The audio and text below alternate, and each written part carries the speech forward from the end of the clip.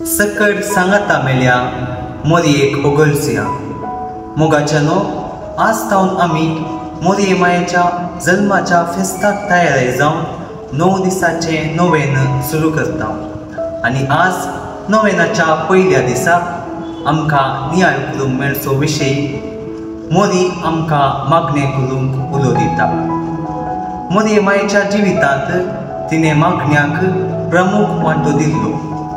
तिणें देवाच्या उतराक खालतीमान दिलो आनी बोडव्यान सांगली उतरां ती पातयेली। तिणें मौनपणी देवाच्या उतराचो नियाळ केलो आनी तिच्या जिवितांत देवाची खुशी कितें म्हूण समजून घेवंक ती पेसाडली। मोरी एक मागण्याची स्त्री। तिणें जेजूकी मागणें करूंक शिकयलें। आज मोरी आमकां मागणें करूंक आपयता।